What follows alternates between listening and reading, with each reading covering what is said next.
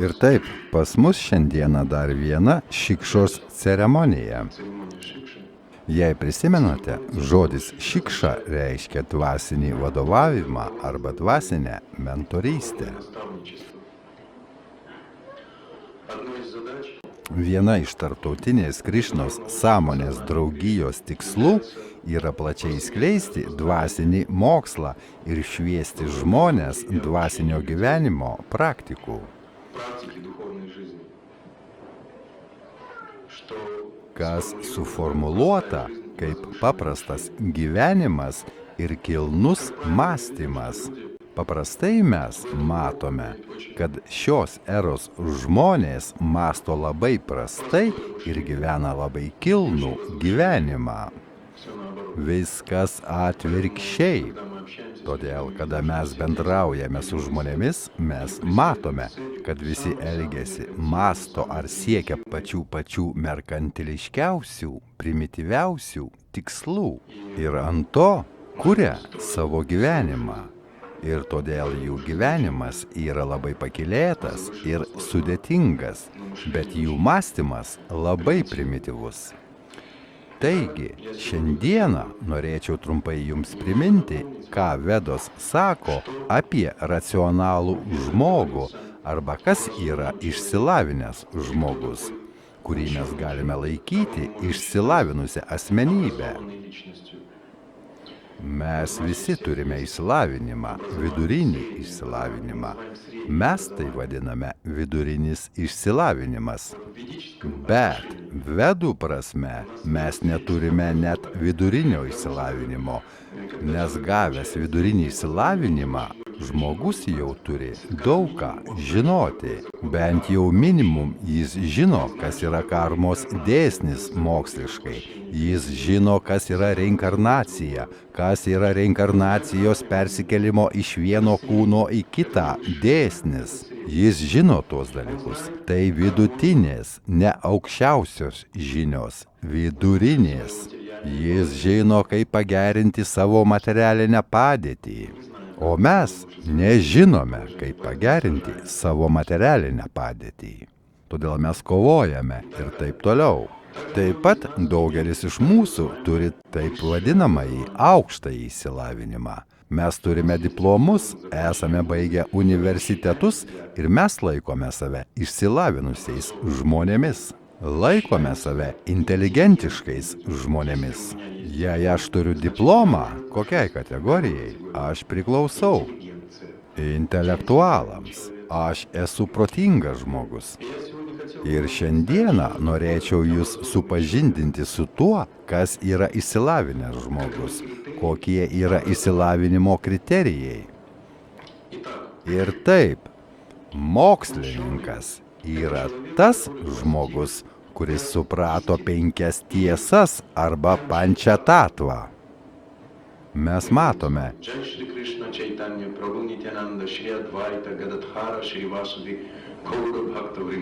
ir ten centre pančatatvos pranajama.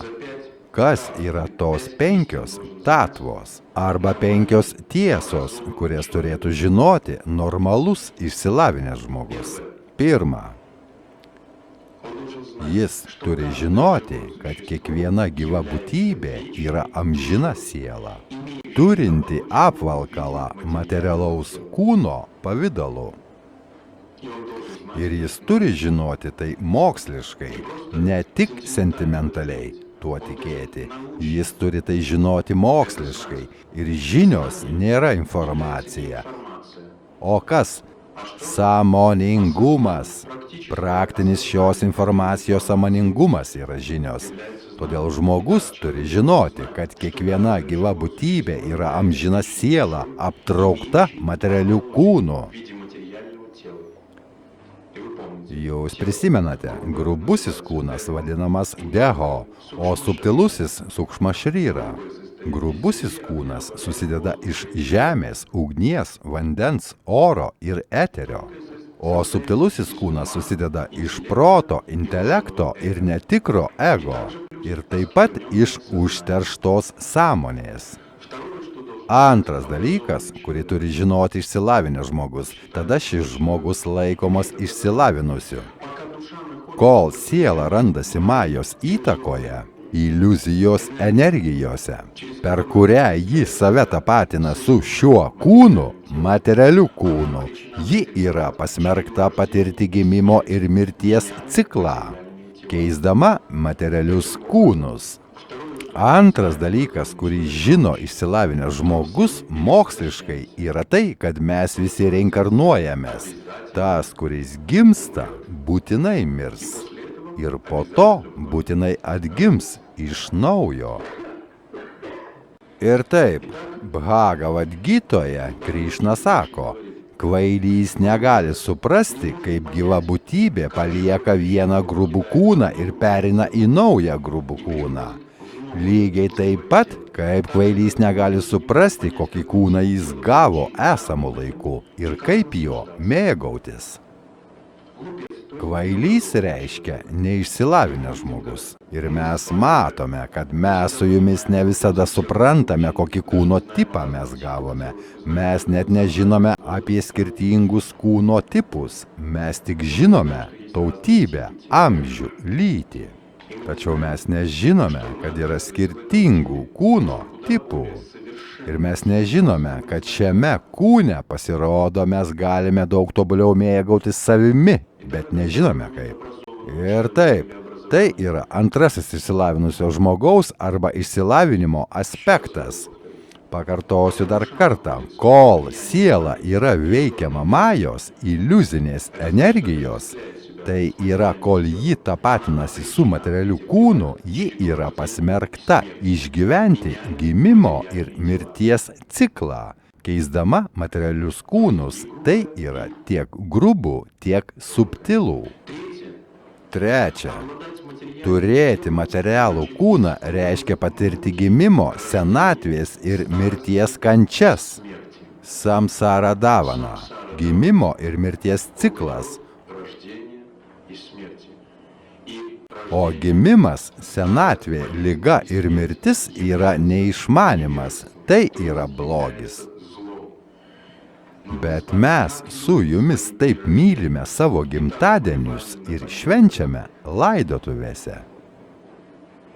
Mes taip pat šloviname senatvę, bet nežinome, kad ji yra blogis.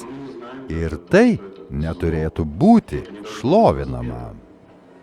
Todėl sakoma, kad protingas žmogus niekada nešvenčia savo gimtadienio, jis visada švenčia džesą pudžą, savo dvasinio mokytojo.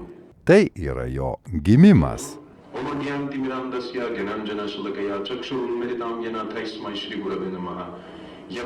Aš gimiau nežinojimo tamsoje, bet mano dvasinis mokytojas su žinių fakelu išsklaidė tamsą. Ir aš pagaliau pamačiau dalykus tokius, kokie jie yra. Aš giliai pagarbiai lenkiuosi prie jo lotosinių pėdų ir nuolankiai lenkiuosi jam. Ketvirta. Priklausomai nuo karmos veiklos, žodis karma reiškia veiklą. Taigi, priklausomai nuo veiklos, kurią siela atlieka būdama žmogaus kūne, kitame gimime ji gali tapti žemesne už žmogų būtybę, prarasti žmogaus pavidalą, kaip žmogus gali išlaikyti žmogaus kūno formą.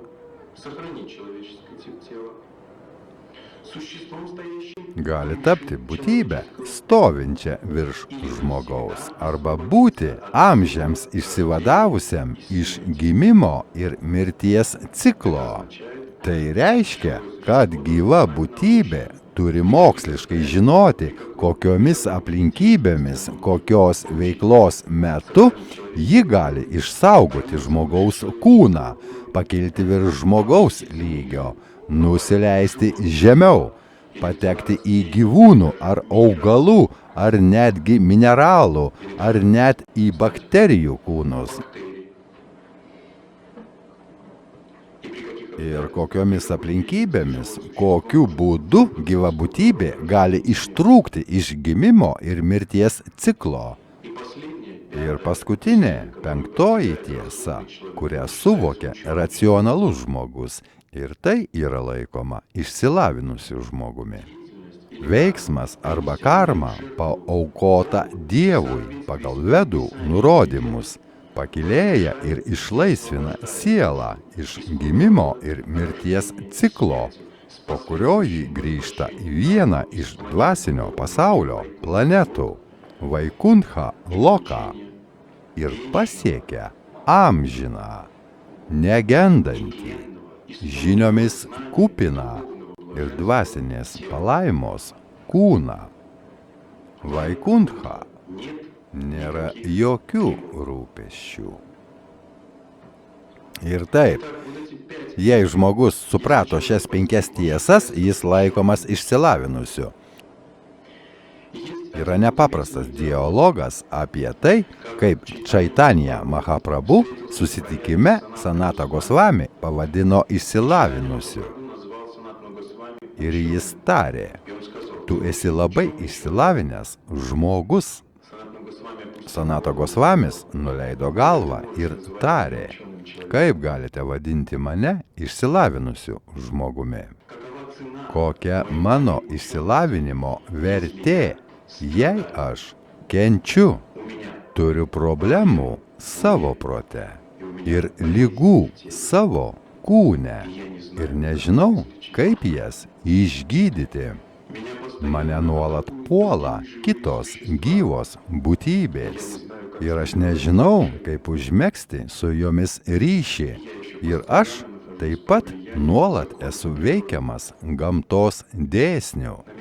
Kiekviena maža žvaigždė mane veikia.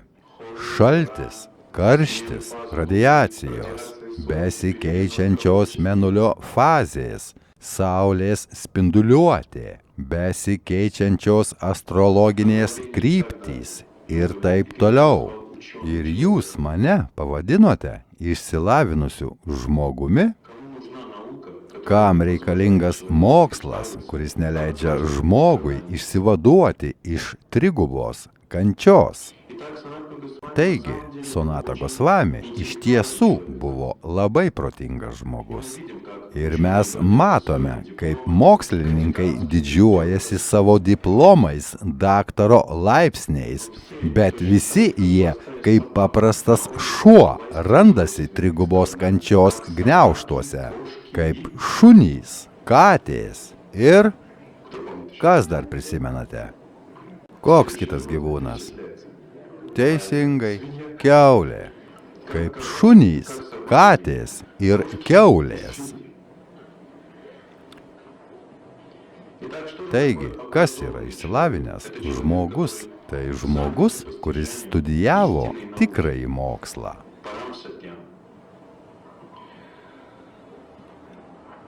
Ką randame prognozėse mūsų Kali amžiaus eroje, manau, kad visi žinote, jog dabar esame laiko cikle, vadinamame Kali amžiumi. Čia aprašoma, kokie mokslininkai egzistuoja šiandien. 4 mokslininkų tipai, kurie šiame Kali amžiuje apsimes mokslininkais. Pirmieji vadinamieji. Kas jie tokie? Tie, kurie studijuoja vedų mokslą ir paklausykite, kaip jie apibūdinami.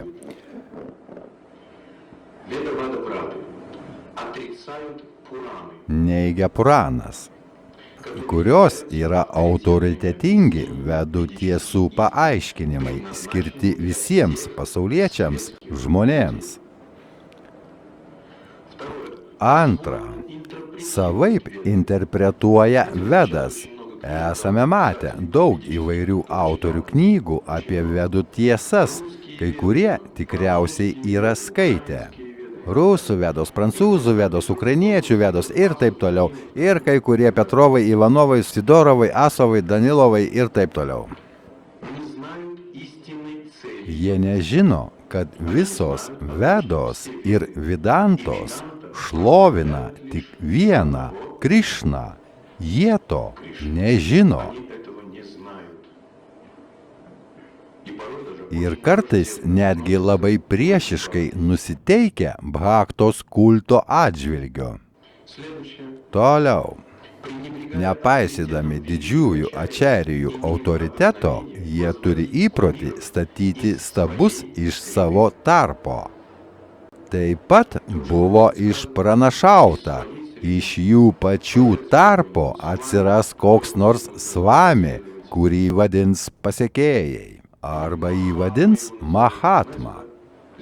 Žinote, jie paėmė kai kurios žmonės ir pavadino Gandhi Mahatma. Ir visi tai priėmė. Jie nežino, kas yra Mahatma. Ir toliau jie veda žmonės netikruoju keliu grįžimų pas Dievą, bet į tamsiausius nežinojimo regionus. Tai pirmoji mokslininkų kategorija. Vada vratai. Jie taip vadinasi. Sekantys vadinami Maja Padhritagyani, save apsiskelbiantys dievais arba sensoriais. Kas yra sensoriai? Ekstrasensai. Tie mūsų brangus geradariai. Dar juos vadina Maja Padhritagyani. Išvertus, kas jie tokie? Kurių žinios pavogtos iliuzijos. Jie pasikliauja tik pinigais arba šlove. Bhoga jogais juos dar vadina. Save pasiskelbia dievai, kurie neatsižvelgia į prieštaravimą. Kaip visagalis dievas galėtų patekti į iliuzijos spastus, o tai reikštų, kad iliuzija yra galingesnė už patį dievą. Jie apsimeta kažkokia pažangia būtybė, bet kenčia tiek pat, kiek katės, šunys ir kas? Kiaulės. Jie kenčia ne mažiau. Negalvokite, kad jei ekstrasensas geras, tai jis nekenčia. Jis turi daugybę ligų, daugybę problemų. Jį puola kitos gyvos būtybės ir jis yra veikiamas astrologijos. Bet jis vis tiek mano, kad yra pažengęs. Toliau. Sakoma, kad jie skelbėsi esą įtakingais ačarijais. Tai yra, jie skelbėsi, kad atėję kaip Dievo atstovai. Kita taip vadinamų mokslininkų kategorija. Juos vadina Asuram Bhavam. Pats žodis Asura. Suprantate, kas tai? Ketvirtoji šių mokslininkų kategorija. Visus šiuos žmonės laikome mokslininkais. Asuram Bhavan. Kas jie tokie? Demonai, kurie nustato savo įstatymus. Arba trumpai tariant, jie vadinami ateistais. Taigi, kas jie tokie? Jie gyvena pagal principą. Tai draudžiama, bet jei labai norisi, tada galima. Kai materialūs troškimai nurimsta, jie pakeičia įstatymus, nes nežino ir nenori kontroliuoti materialių troškimų. Ir paskutiniai mokslininkai vadinasi Narodhama, žemiausi tarp žmonių. Kas yra Narodhama? Autoritetai materialaus pasaulio, gyvenantys už įstatymo ribų. Tai valstybių vadovai. Ir šias keturias žmonių kategorijas žmonės laiko autoritetais, mokslininkais, tačiau ne vienas iš jų net nežino to, ką aptarėme apie 5 tatvas